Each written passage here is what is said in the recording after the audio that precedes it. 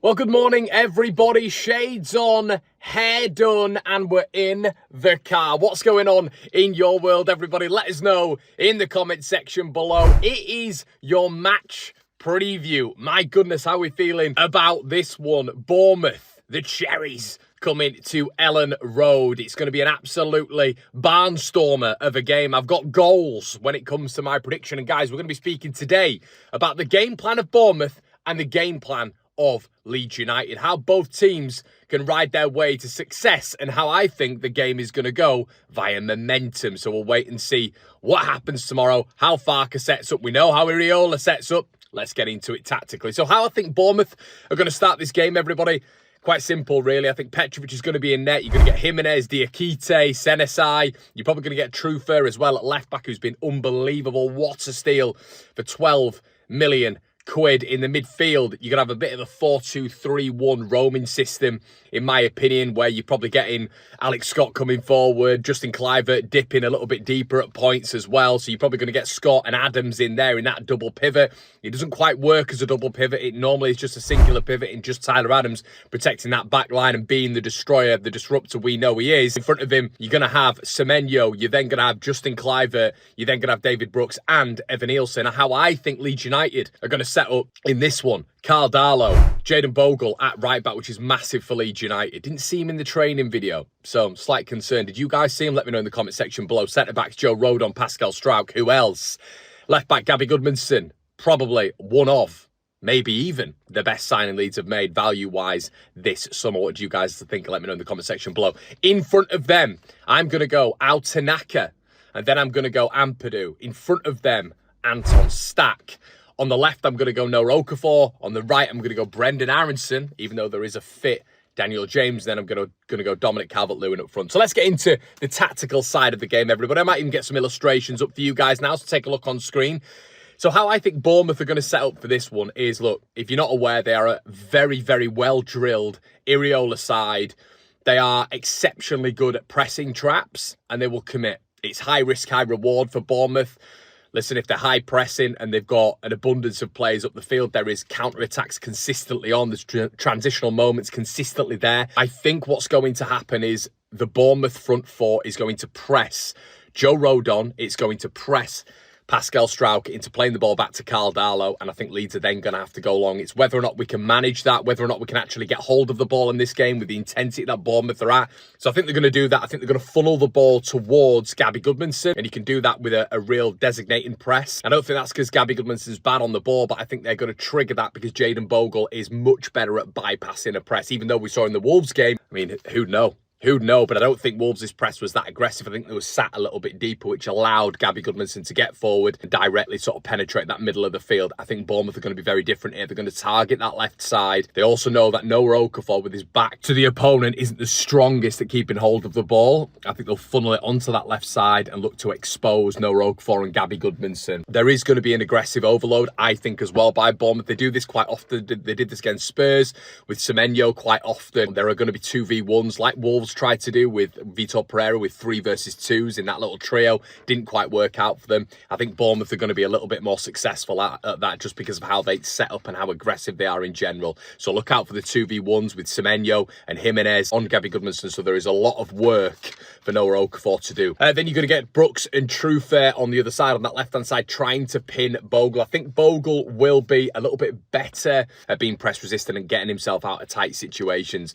So I think you are going to get Brooks and Trufer pinning Jayden Bogle, but I don't think it's going to be as aggressive as the other side. I think Semenyo and Jimenez, if I'm honest with you, I think their triggers are going to be a lot more aggressive than what it is on the left-hand side. I think Areola will target that. And you're going to get Justin Kluivert, just roaming in that central space, trying to provide that central link to expose that low block, of which Bournemouth are very good at breaking down. So what also is going to be utilised here with Bournemouth is the direct running in transition. This is probably something a little bit different to what we've faced so far. Evan Nielsen is not your sort of like archetype of what a number 9 should be. He will try and drag Joe Rodon and Pascal Struijk out wide, which then basically means, so if he's drifting out wide, if Joe Rodon follows or if Pascal Struijk follows, basically that what Evan Nielsen is doing is making a pathway for the second runs in transition, which will be facilitated through that middle, that direct running through the middle by Justin Kluivert or Antoine Semenyo. So visualise that. Evanilson drags Joe Rodon out, drags Struijk out, and then there is a second phase of transition of which encompasses that direct running from their powerful 2 of their 3 just in behind that striker. So look out for that one. I think if Leeds push bodies high as well, this counter-attack is going to be facilitated a lot by Tyler Adams and Alex Scott, who've got an exceptional rate at feeding that ball to the 4 up front very, very quickly. So if you get the likes of Tanaka or you get the likes of Anton Stack pushing a little bit forward and they don't take care of the ball and they lose the ball. Brendan Aronson's another one. They lose the ball.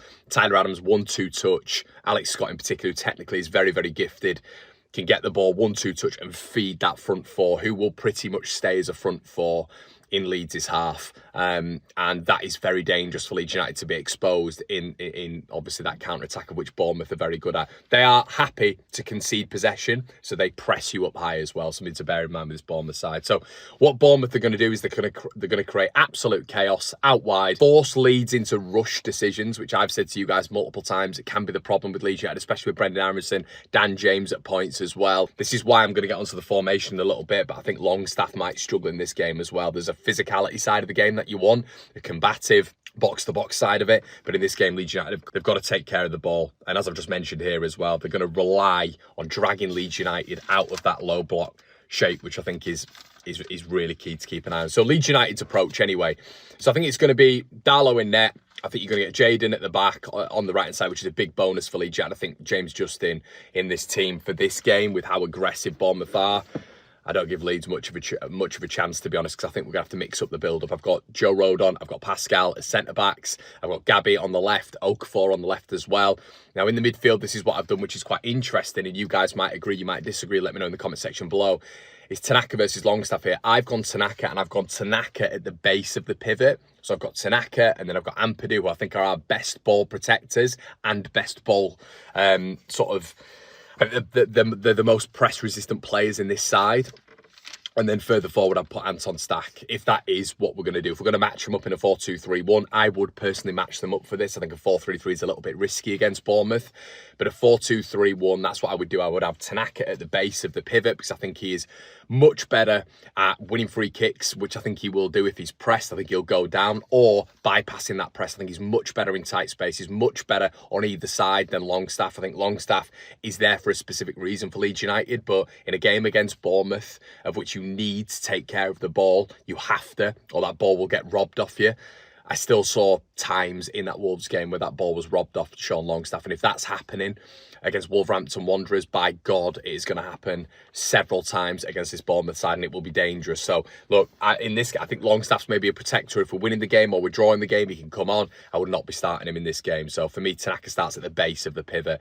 Leeds have got to be compact out of possession. Really, really compact out of possession.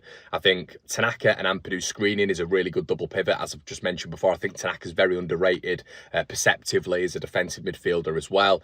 I think what they're going to try do overall here is pull Leeds out of shape. We've mentioned this before, but I think if Leeds keep a narrow shape and they funnel Bournemouth out wide, we know they want wide overloads, they will try hit the byline. Something to bear in mind, Bournemouth are going to try consistently hit that byline. Leeds have to set up their shape as centre-backs to best defend that and understand that they're doing that all the time. The reason, like we did with Bielsa, with Ayling and Alioski on the other side, the reason they want to hit the overloads is so they get to that byline and then cut it back for Evan Nielsen, whose positional awareness is very good. Leeds have got to, we have to make sure that that's been worked on in training, and I'm sure they have, but you kind of got to funnel them out wide because they are strong centrally as well. You funnel them out wide, those balls come in for Rodon and Struijk. It should be food and drink really, but I don't think they're going to do that. I don't think Bournemouth are going to be whipping the balls in from deep like Wolverhampton Wanderers, where I think they're going to try hit that byline. So Leeds just have to be aware of that, you know. Don't engage too quickly. You can jockey a little bit more in this if you are,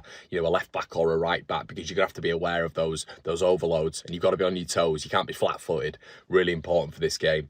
So narrow shape I've got, and then funnel them out wide. That is kind of how Leeds have to approach this game. So there has to be a smart approach as well from Leeds United for me in this game. And what I mean by that is Tanaka and Ampadu have to be calm in pivots. I hope in training they've been practicing the rush which Bournemouth create, the chaos which Bournemouth create, and you've got to almost in training have, let's say, effectively Stack and Longstaff pressing immediately going to press Tanaka and Ampadu. How do you deal with that? Do you put the body in the way and then do you go down, do you win a free kick? A little bit of gamesmanship, but everybody does it in the Premier League. Do you try bypass the press? Do you go to your fullback and then immediately go to receive it again and then look to arch the ball into the channel as a central defensive midfielder? All things they should be working on in training here. They've got to have worked in training on a calm double pivot. They have to have worked on that. If they haven't, they're not doing the jobs, Farke and the gang. So yeah, we've got to be very, very aware with the short build-up as well, because that's how Bournemouth work. They're aggressive and they will try get this. But the Leeds have got to mix it up as well. I don't just want to see route one. I don't just want to see route one, but I think that has got to comprise Leeds United's game state. But I think as well, Leeds can build up in this game. We can't be too scared of Bournemouth. We don't want to show them too much respect. They can mix it up, especially with Tanaka and Ampadu at the base of a pivot. You know, I think we should be able to control some elements of the game as well. So that's something to note. I think Leeds need to mix this game up, not just go long all the time, but that could be our route to success. So a key battle I've got in this one as well is no Okafor versus the young, kind of rash right back in Jimenez. I think Jimenez, obviously, he's brand new in this Bournemouth system as well in terms of that back line, who that back line was sold on 3-4 of them in the summer when it comes to Zaberni, when it comes to, you know, Dean Huijsen, Kirkes. Something that Leeds can expose there, and Okafor's got to be very, very good on the ball in this game, an improvement. Maybe back to the Fulham game, not the Wolverhampton Wanderers game. We know he scored his goal in the Wolverhampton Wanderers game. He kept hold of the ball, as Farke said, and I agree with, in the Fulham game, in my opinion. I think the Fulham game was a better performance from Noah Okafor. I think Aronson's got to drift inside in this game as well to free Jayden Bogle. I think with Aronson drifting and inverting, he takes Trufair out of the game. And if he does that, then you're getting Leeds United having that attacking composition again of Jayden Bogle, hopefully getting to the byline. But Leeds have got to mix it up. And as well, I've mentioned here that DCL's got to be scrappy. Leeds have to be scrappy here. If we control the rhythm and DCL is scrappy, I'm happy with that. Set pieces as well, very similarly to Wolves. Bournemouth concede from second phases, and they have done this season as well, everybody. What do I mean by that when it comes to set pieces? You don't just fall asleep when the ball goes into the box. You don't do that. It's the second phases. It's can we win the ball on the edge of the box, feed it back out wide, and when Bournemouth aren't in the shape, deliver it again, win that header. Can we do that? That is a second phase. That's where Bournemouth have been a little bit weak this season as well. So how I've finalised it, everybody, is two things. Leeds United win this game if we manage the game rhythm. Okay? Take that in. If we manage the game rhythm and isolate Noah Okafor and Dominic Calvert-Lewin. Make it scrappy. But have class on the ball as well. Have care on the ball. Don't just try to get rid of it like a hot potato. If we are being pressed up top and it does go back to Carl Darlow, manage that situation. Manage a calm double pivot. Have they practice that in training? Is Brendan Aronson going to invert consistently? That's what I'd like him to do. He's going to be rushing into a little bit of traffic. We know he's not the best on the ball, but this is up here right now. Okay? If you're inverting, you got to think to yourself, you're going to get Tyler Adams, you're going to get Alex Scott engaging with you. So what can you do? Okay? Get yourself in a certain body shape of which you can move that ball within 2 or 3 touches out to Jayden Bogle. There's got to be a trigger for Jayden Bogle to go onto the overlap. As soon as Brendan Aronson overlaps, there's got to be something from from Ethan Ampadu, then to just sit into that right back position so Leeds aren't exposed on that counter-attack. Something to bear in mind. Isolate Okafor and DCL. Bournemouth win this game if they sustain chaos and Leeds are daft on the ball and the fullbacks are overwhelmed. Bournemouth win that game. They will get through Leeds United. They've got enough quality. More than enough quality. That's been it, guys. Let me know what you think in the comment section below. Do you agree? Do you disagree with what I'm saying? Please let me know. Please like, comment, and subscribe. This weekend, we're looking to hit 50,000 subscribers. My goodness gracious me. Guys, let me know what you think in the comment section below. I'm Conor McGilligan. This is One Leeds. We're back with the watch-along tomorrow. We're back with the instant match reaction tomorrow. We're back with the 5 things on Sunday. We're back with the hardline on Sunday. Guys, make sure you like, comment, subscribe, as I've mentioned. It's been a pleasure. I'll see you in a bit.